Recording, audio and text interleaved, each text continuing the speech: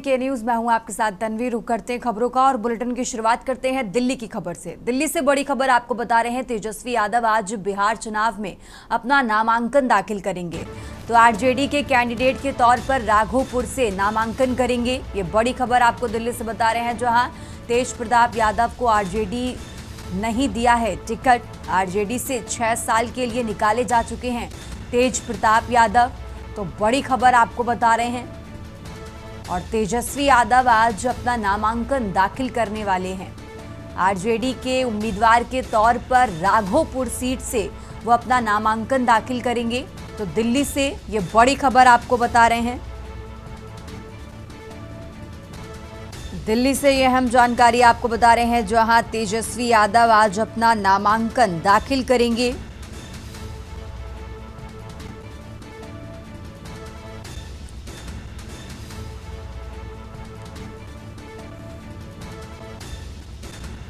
तो बड़ी खबर आपको बता रहे हैं, आज राघोपुर सीट से अपना नामांकन दाखिल करेंगे तेजस्वी यादव।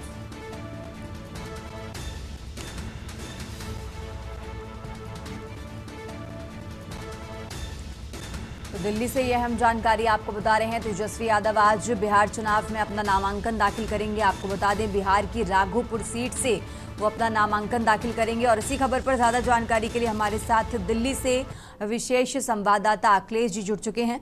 अखिलेश जी, इस तरीके से महागठबंधन में अभी सीट बंटवारे पर सहमति नहीं बनी है और आज तेजस्वी यादव राघोपुर सीट से अपना नामांकन दाखिल करने वाले हैं। अखिलेश जी, बिहार विधानसभा चुनाव के महागठबंधन में रार अभी भले ही सीट शेयरिंग को लेकर बनी हुई है, लेकिन राघोपुर विधानसभा सीट तेजस्वी अनिलालू परिवार की पुरानी परंपरागत सीट रही है और इस सीट से लगातार लालू के परिवार का कब्जा रहा है। वर्तमान में तेजस्वी इस सीट से विधायक है, तो इसलिए इस सीट को किसी भी तरह से कोई शंका नहीं थी कि गठबंधन में कोई दांव पेच होगा, किसी कोई आपत्ति होगी।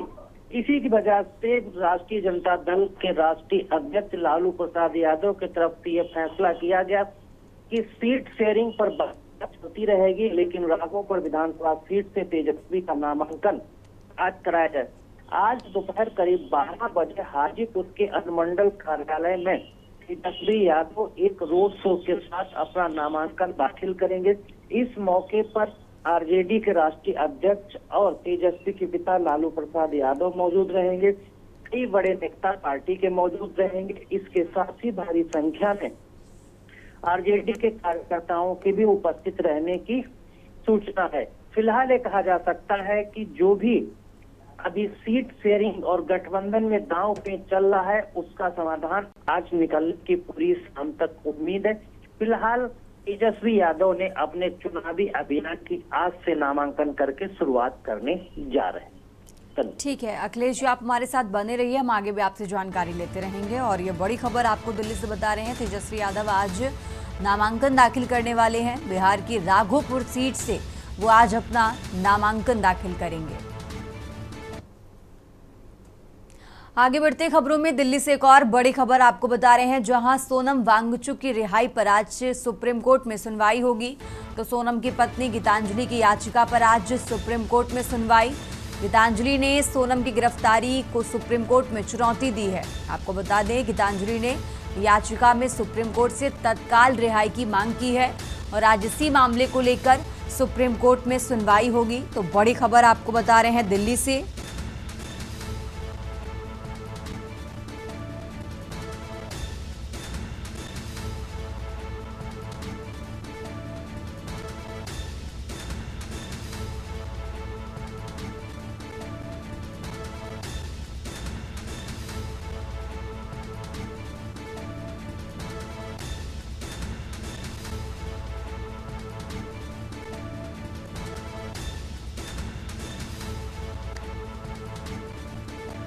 और ज़्यादा जानकारी के लिए अखिलेश जी लगातार हमारे साथ जुड़े हुए हैं। अखिलेश जी, जिस तरीके से लगभग 20 दिनों से जोधपुर की जेल में सोनम वांगचुक बंद हैं और कल जिस तरीके से सुनवाई टाल दी गई और आज एक बार फिर से इसी मामले को लेकर सुनवाई होनी है, अखिलेश जी।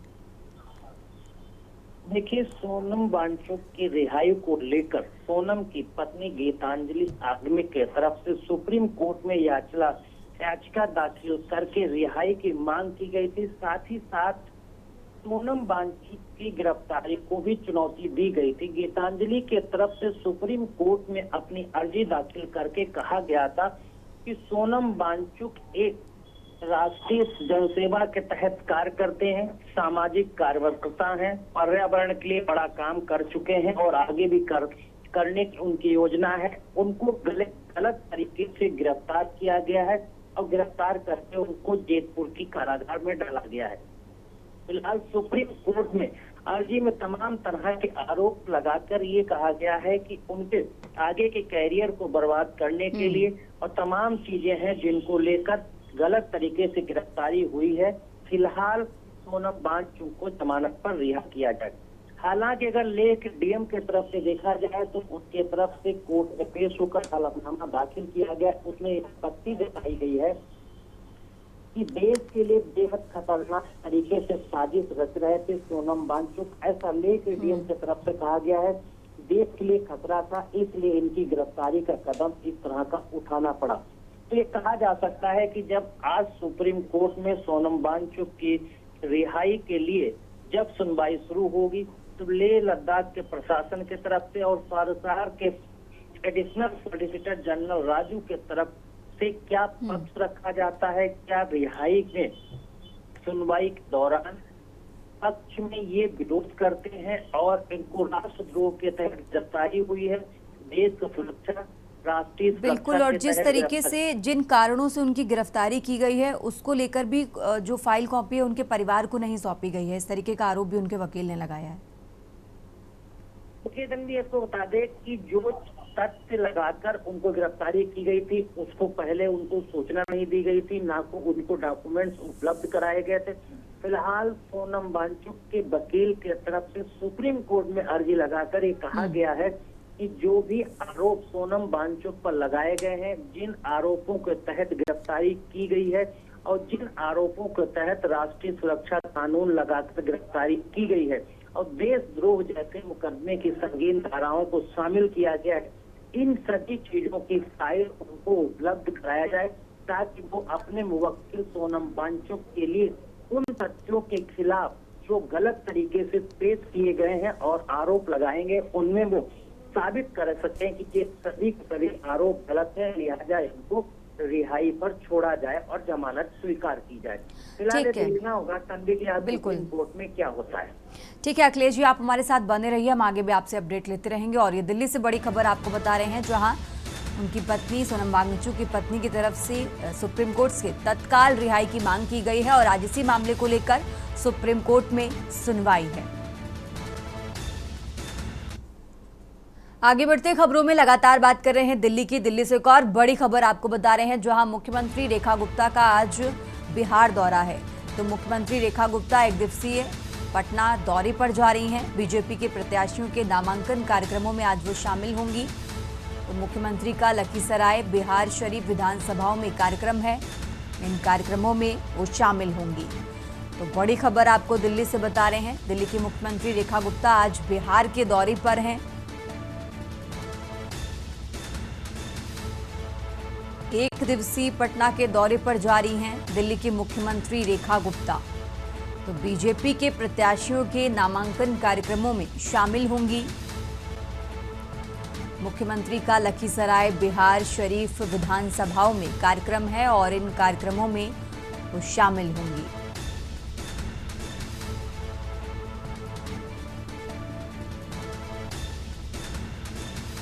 तो एक दिवसीय पटना के दौरे पर दिल्ली की मुख्यमंत्री रेखा गुप्ता। और ज्यादा जानकारी के लिए अखिलेश जी हमारे साथ जुड़े हुए हैं।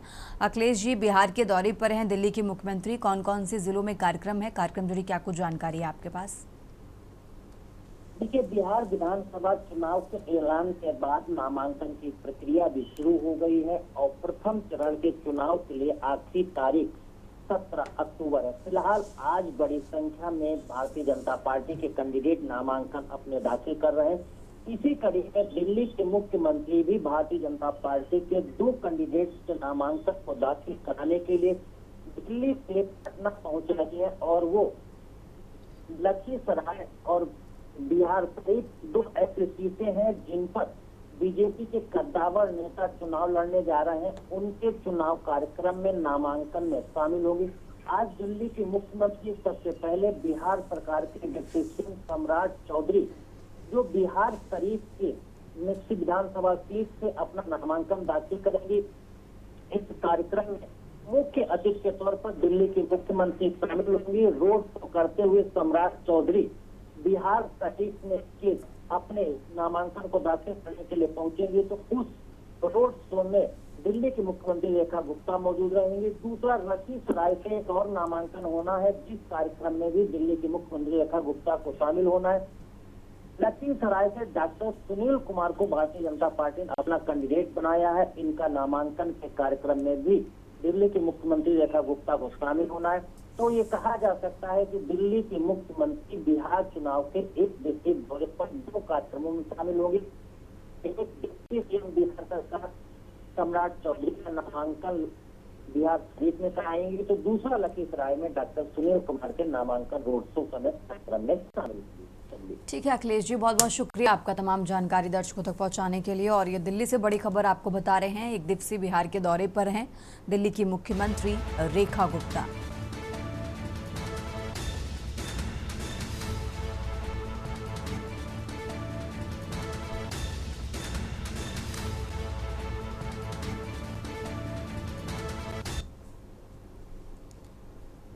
रुक करते हैं अगली खबर का। अब खबर लखनऊ से है। लखनऊ से खबर आपको बता रहे हैं, जहां डॉक्टर एपीजे अब्दुल कलाम की जयंती पर आयोजन। तो आज होगा विज्ञान प्रदर्शनी और संगोष्ठी कार्यक्रम, और इस कार्यक्रम में मंत्री दानिश आजाद अंसारी शामिल होंगे। आज 10 बजे मदरसा दारुल उलूम वारसिया में ये कार्यक्रम होगा। तो इस कार्यक्रम जुड़ी अहम जानकारी आपको बता रहे हैं, जहां 10 बजे इस कार्यक्रम की शुरुआत होगी। तो लखनऊ से बड़ी खबर आपको बता रहे हैं, जहां डॉक्टर एपीजे अब्दुल कलाम की आज जयंती पर कार्यक्रम है। आज होगा विज्ञान प्रदर्शनी और संगोष्ठी कार्यक्रम। तो कार्यक्रम में मंत्री दानिश आजाद अंसारी शामिल होंगे। 10 बजे इस कार्यक्रम की शुरुआत होगी। आपको बता दें, मदरसा दारुल उलूम वारसिया में ये कार्यक्रम होगा। तो डॉक्टर एपीजे अब्दुल कलाम की जयंती पर आयोजन।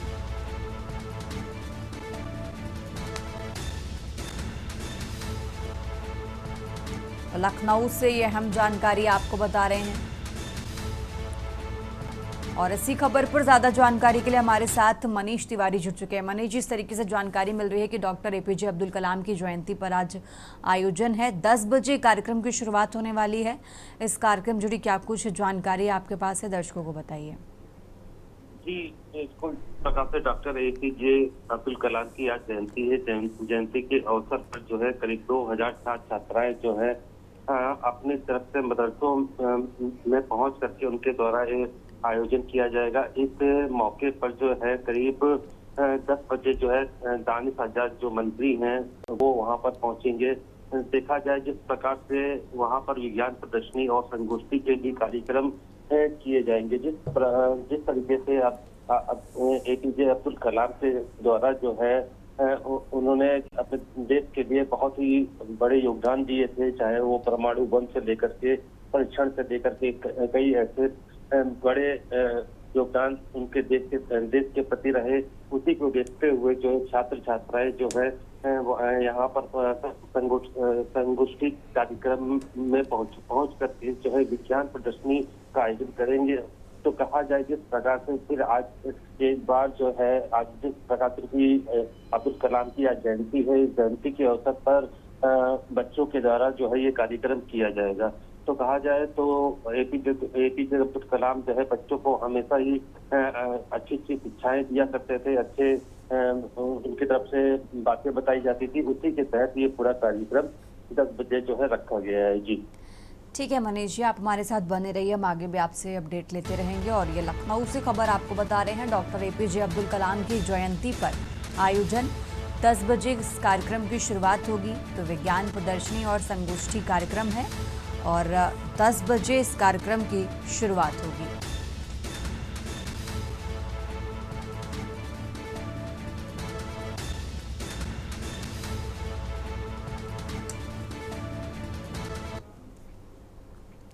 आगे बढ़ते हैं खबरों में, बात कर रहे हैं लखनऊ की। लखनऊ से खबर आपको बता रहे हैं, दीपावली पर्व को लेकर पुलिस ने निर्देश जारी किए हैं।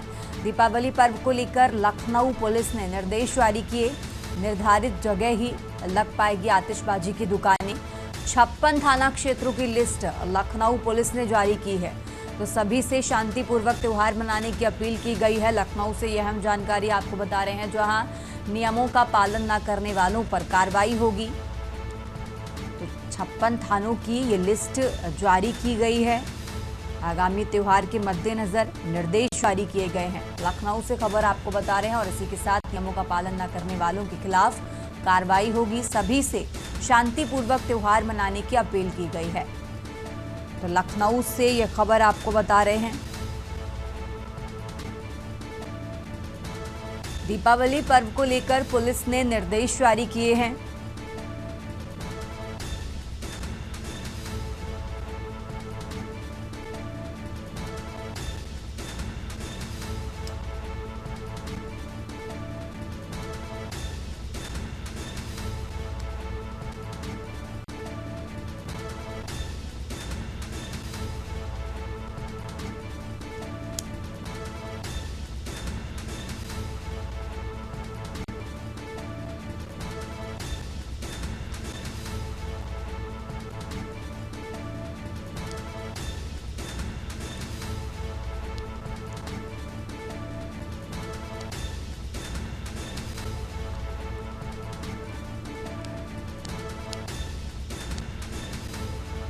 और इसी खबर पर ज्यादा जानकारी के लिए हमारे साथ अश्वनी जुड़ चुके हैं। अश्वनी, जिस तरीके से दीपावली पर्व को लेकर पुलिस ने निर्देश जारी किए हैं, 56 थानों की जो लिस्ट जारी की गई है, पूरा अपडेट क्या है इसको लेकर आपके पास?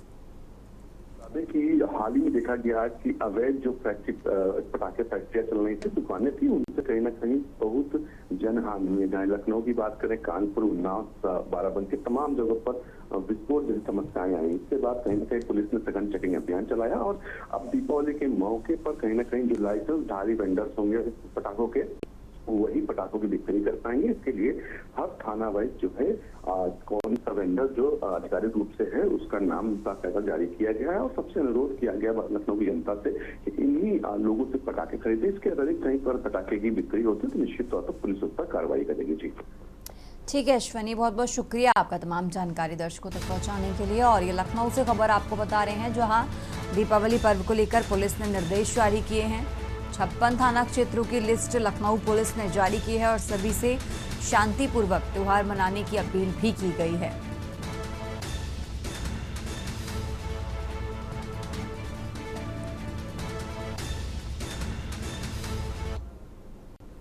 आगे बढ़ते हैं खबरों में। खबर लखनऊ से है। गैस सिलेंडर रिफिल सब्सिडी वितरण कार्यक्रम आज। प्रधानमंत्री उज्ज्वला योजना के तहत सिलेंडर वितरण कार्यक्रम, आपको बता दें सुबह 11 बजे लोक भवन सभागार में ये कार्यक्रम होगा। मुख्यमंत्री योगी आदित्यनाथ वितरण करेंगे, तो उसी के साथ उत्तर प्रदेश के करीब 1 करोड़ परिवारों को इसका लाभ मिलेगा। तो मुख्यमंत्री योगी आदित्यनाथ इसका वितरण करेंगे। 11 बजे से इस कार्यक्रम की शुरुआत होगी। प्रधानमंत्री उज्ज्वला योजना के तहत सिलेंडर वितरण, लखनऊ से खबर आपको बता रहे हैं, जहां सुबह 11 बजे लोक भवन सभागार में ये कार्यक्रम होगा। तो उत्तर प्रदेश के करीब 1 करोड़ परिवारों को इसका लाभ मिलेगा। मुख्यमंत्री योगी आदित्यनाथ इसका वितरण करेंगे। तो गैस सिलेंडर रिफिल सब्सिडी वितरण आज, और इस कार्यक्रम की शुरुआत 11 बजे से होगी। और अब खबर आपको बता रहे हैं अंबिकापुर से, जहां महापौर मंजूषा भगत का बड़ा बयान सामने आया है। अतिक्रमण की कार्रवाई को लेकर बड़ा बयान दिया है। महापौर ने मीडिया के सामने कार्रवाई को लेकर माफी मांगी है। कार्रवाई को लेकर ठेला फुटकर व्यवसायियों में नाराजगी थी। दीपावली के पूर्व इस प्रकार की कार्रवाई नहीं करने की बात कही है। ठेला व्यवसायियों को दिवाली से राहत मिली। तो महापौर ने मीडिया के सामने कार्रवाई को लेकर माफी मांगी है। कार्रवाई को लेकर ठेला फुटकर व्यवसायियों में नाराजगी थी। दिवाली के पूर्व इस प्रकार की कार्रवाई नहीं करने की बात भी कही गई है। तो ठेला व्यवसायियों को दिवाली से राहत मिली। अंबिकापुर से खबर आपको बता रहे हैं, जहां महापौर मंजूषा भगत का बड़ा बयान सामने आया है। अतिक्रमण की कार्रवाई को लेकर बड़ा बयान दिया है, मीडिया के सामने माफी मांगी है। महापौर ने मीडिया के सामने कार्रवाई को लेकर माफी मांगी।